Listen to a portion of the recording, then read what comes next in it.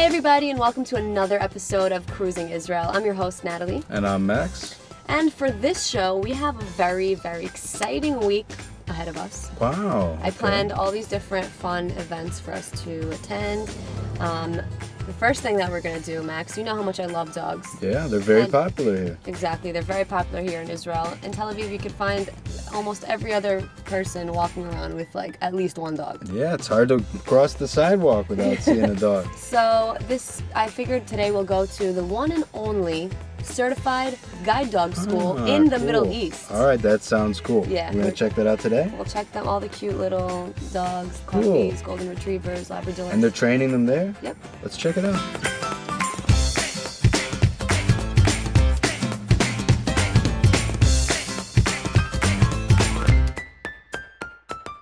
Dogs are known to be man's best friend. It's a bond that saves countless lives and makes life easier for the disabled. And here in Israel, one nonprofit organization is going above and beyond to help provide dogs for the nation's visually impaired.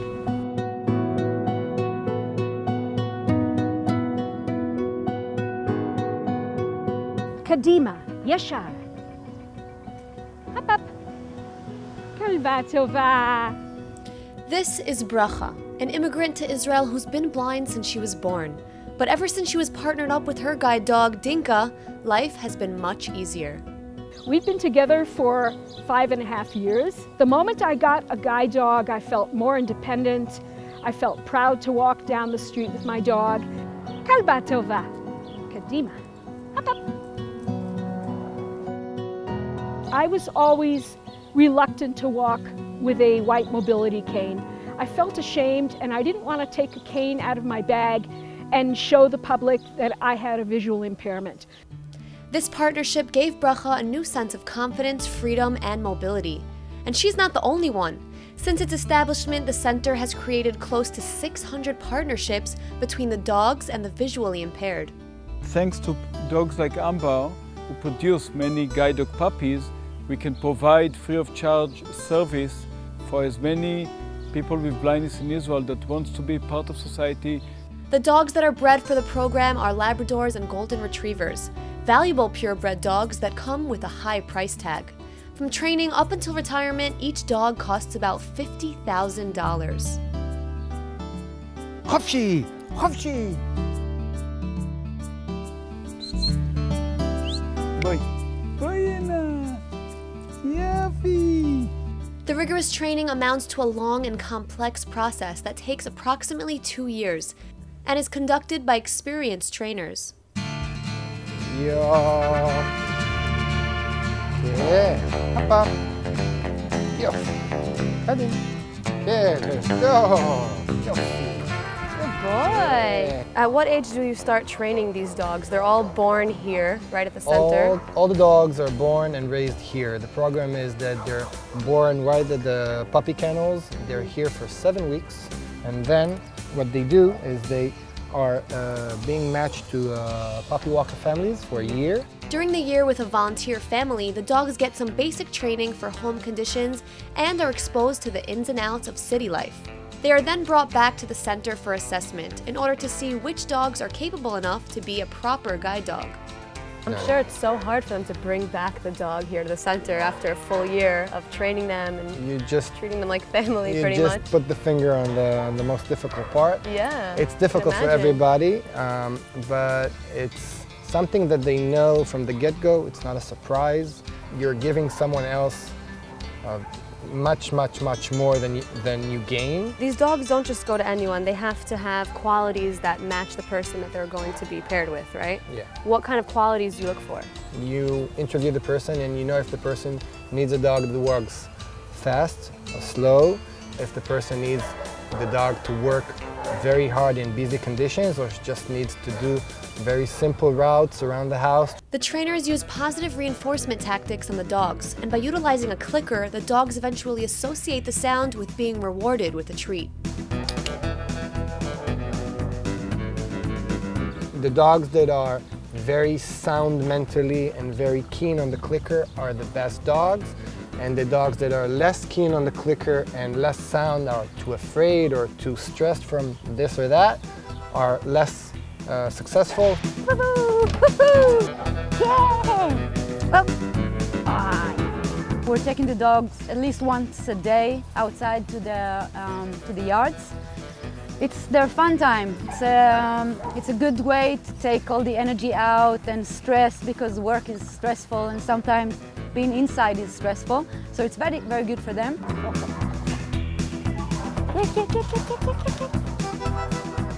It's funny because you could already tell the personality of the dogs. Like True. the black dog looks like he's a wanderer. He explores on his own. One of the dogs looks like a little bit more aggressive than the rest. True. People that come here and get the guide dogs, when they leave the place later, they tell us that their lives change from A to Z, and that sometimes when they walk with their dogs, they forget that they are blind. So when you hear such a statement, you understand what we do here.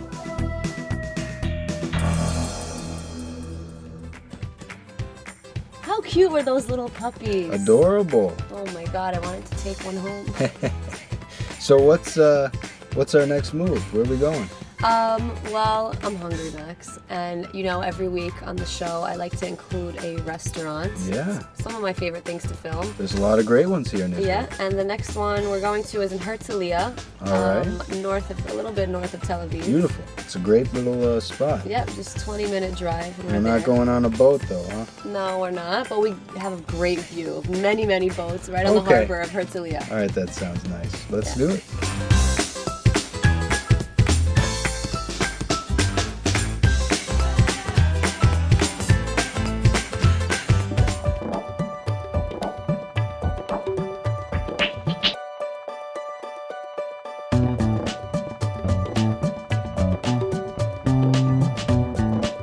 Sushi has become a worldwide favorite, and even here in Israel, people can't seem to get enough of it. Here at Restaurant Namos, they've earned the reputation of having top-of-the-line seafood, and today we're here to find out why.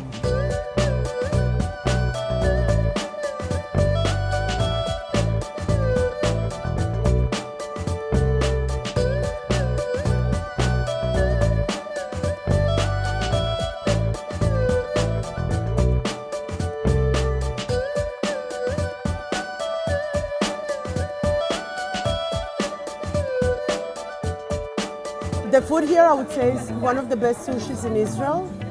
The chefs know what they're doing.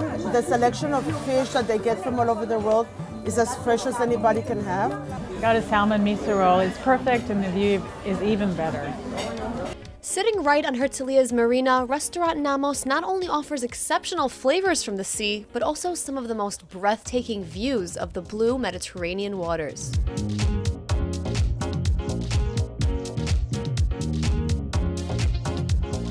The lively marina is home to Israel's most elite sailing community, housing over 800 yachts and boats, in addition to hosting events all throughout the year.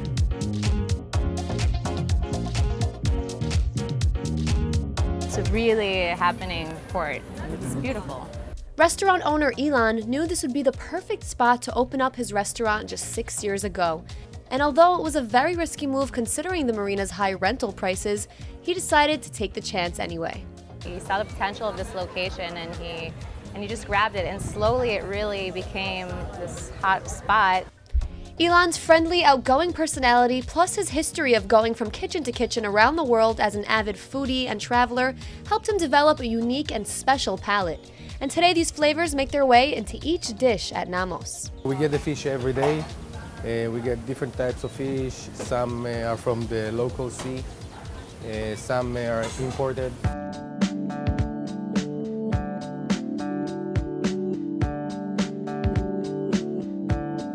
Other than the sushi kitchen, he opened up another kitchen and he turned it into a Mediterranean style. Slowly he saw that this gap between the sushi kitchen and the Mediterranean kitchen, it just doesn't work as well. And he finally made the jump. He changed the menu into an Asian fusion menu.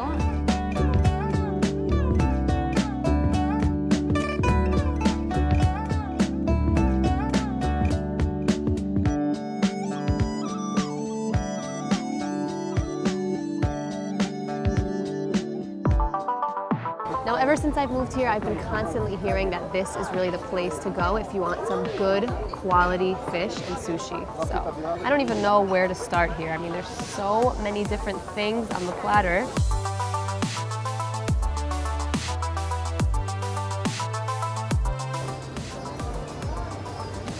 Wow. Amazing.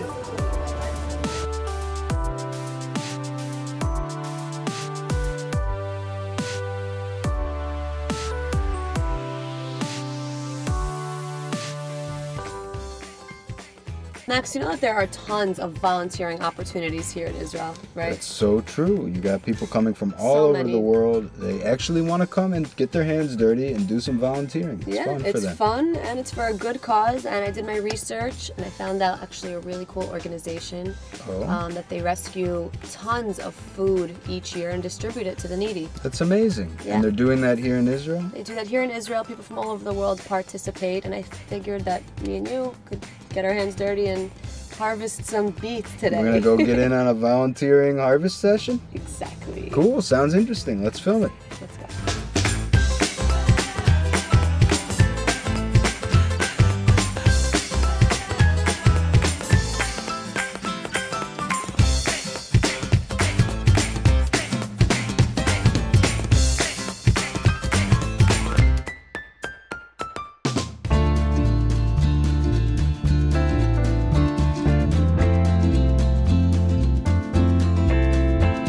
Each year, approximately 35% of Israel's food supply goes to waste and never makes it to the consumer.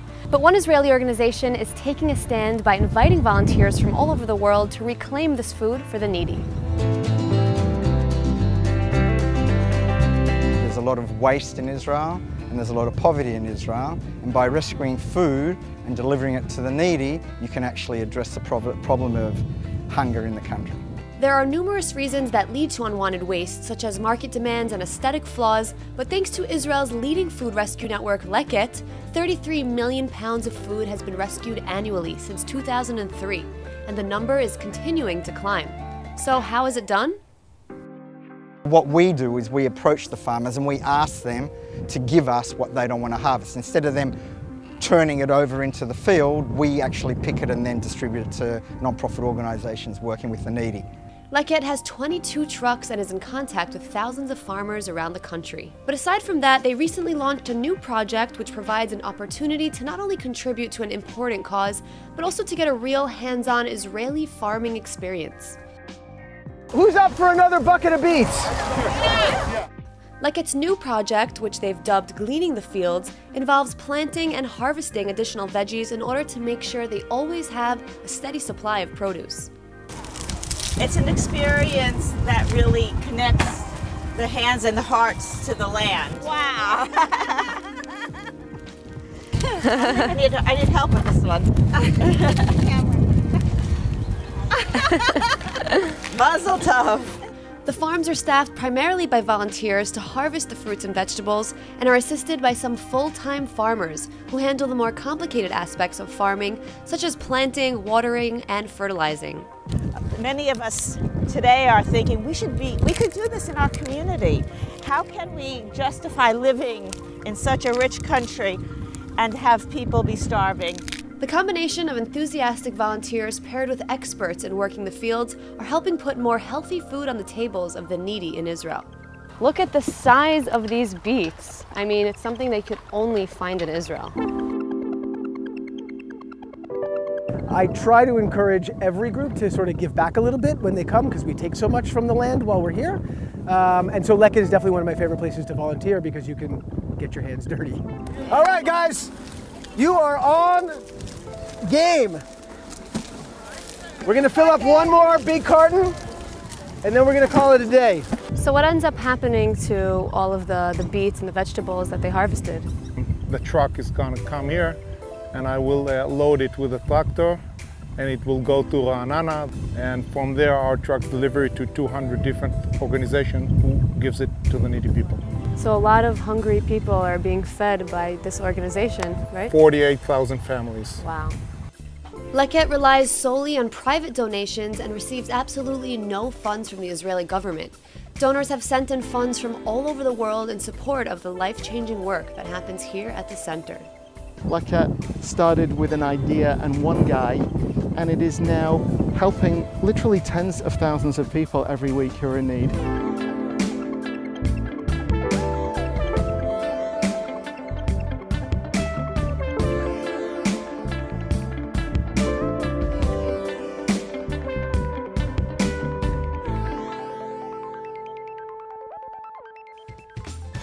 Natalie, I know how much you love restaurants, so I think it makes sense that maybe we'll go check out a second one. Okay, I'm always happy for that. Well, you know, we went to your place in Herzliya, beautiful, great food. But here in South Tel Aviv, Central Tel Aviv area, is a restaurant that not only is serving some really cool Thai food, but has a Thai food! Yeah. Wow, Thai food is my top 5 favorite cuisines. And this place also has a really cool atmosphere. People sitting, drinking late into the night. All right, sounds good. Let's go check it out. I'm trusting you on this one. Let's go.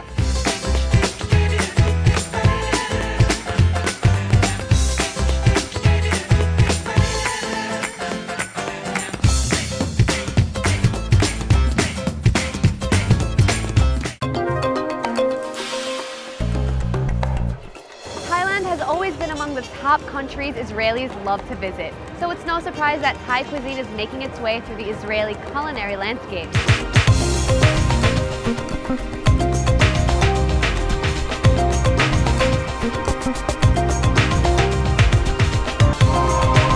In recent years, more and more Southeast Asian and Thai restaurants have set up shop right here in Tel Aviv. Tiny bit on the top, yeah. Because it's so spicy, but I don't want to stop. Here at restaurant Thai Har Scene, the chefs know their way around the Thai kitchen, cooking up dishes that are both flavorful and authentic. So this is like a cup camp style, it's like tavern style, it's like a place that you come and you eat a lot of small dishes. It's a sharing menu, but the whole idea behind it is that you can have a taste from each one of them and combine it together. Here, the casual, laid-back feel of central Tel Aviv makes the perfect setting for experiencing these unique flavors. The restaurant features a live local DJ nightly, and with a full bar plus some creative cocktails, the bartenders here keep the drinks flowing all night. Lime juice, Roger, Aperol, Angostura bitters, and passion fruit.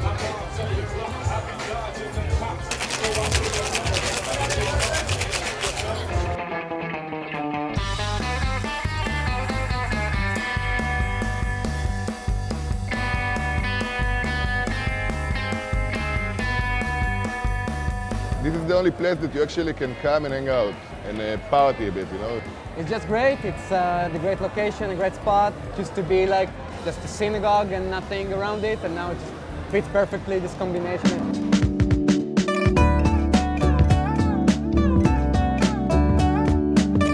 What do you like most from Thai cuisine? I like the flavors. Lap Gai is my favorite. Lap Gai, chicken salad. Yes, it's very spicy, but it's okay because I have a big water bottle next to me the whole time when I'm eating it. Yes. So what are we making today?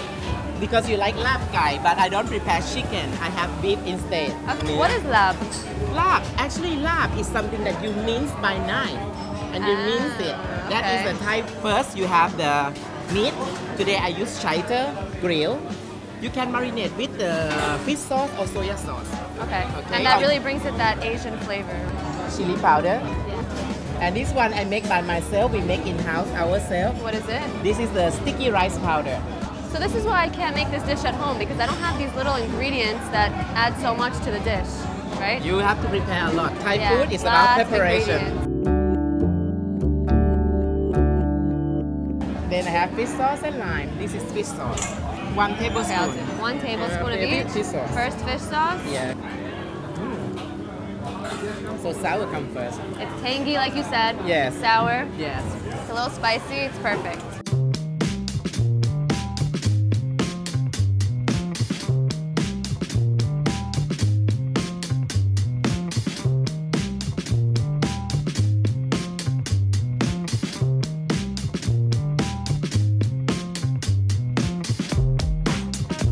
Another popular dish here at the restaurant is the Thai pomelo salad, which comes with deep-fried fish tossed with an exotic mix of vegetables, herbs, and seasonings. The next ingredient you have to mix in the bowl. Onion, spring onion, mint leaf, coriander leaf, lemongrass, some pomelo together, and then some chili, fish sauce, and then lime. 2, 1, 2, like that. I'm gonna add some cashews. Some pomelo, give it that acidic flavor. You have two options. Option 1, put the fish inside. And mix it up, or put it on top? Yeah, or put it on top. You want to mix that together? No, okay, fine. Oh, you want to put on top? Okay.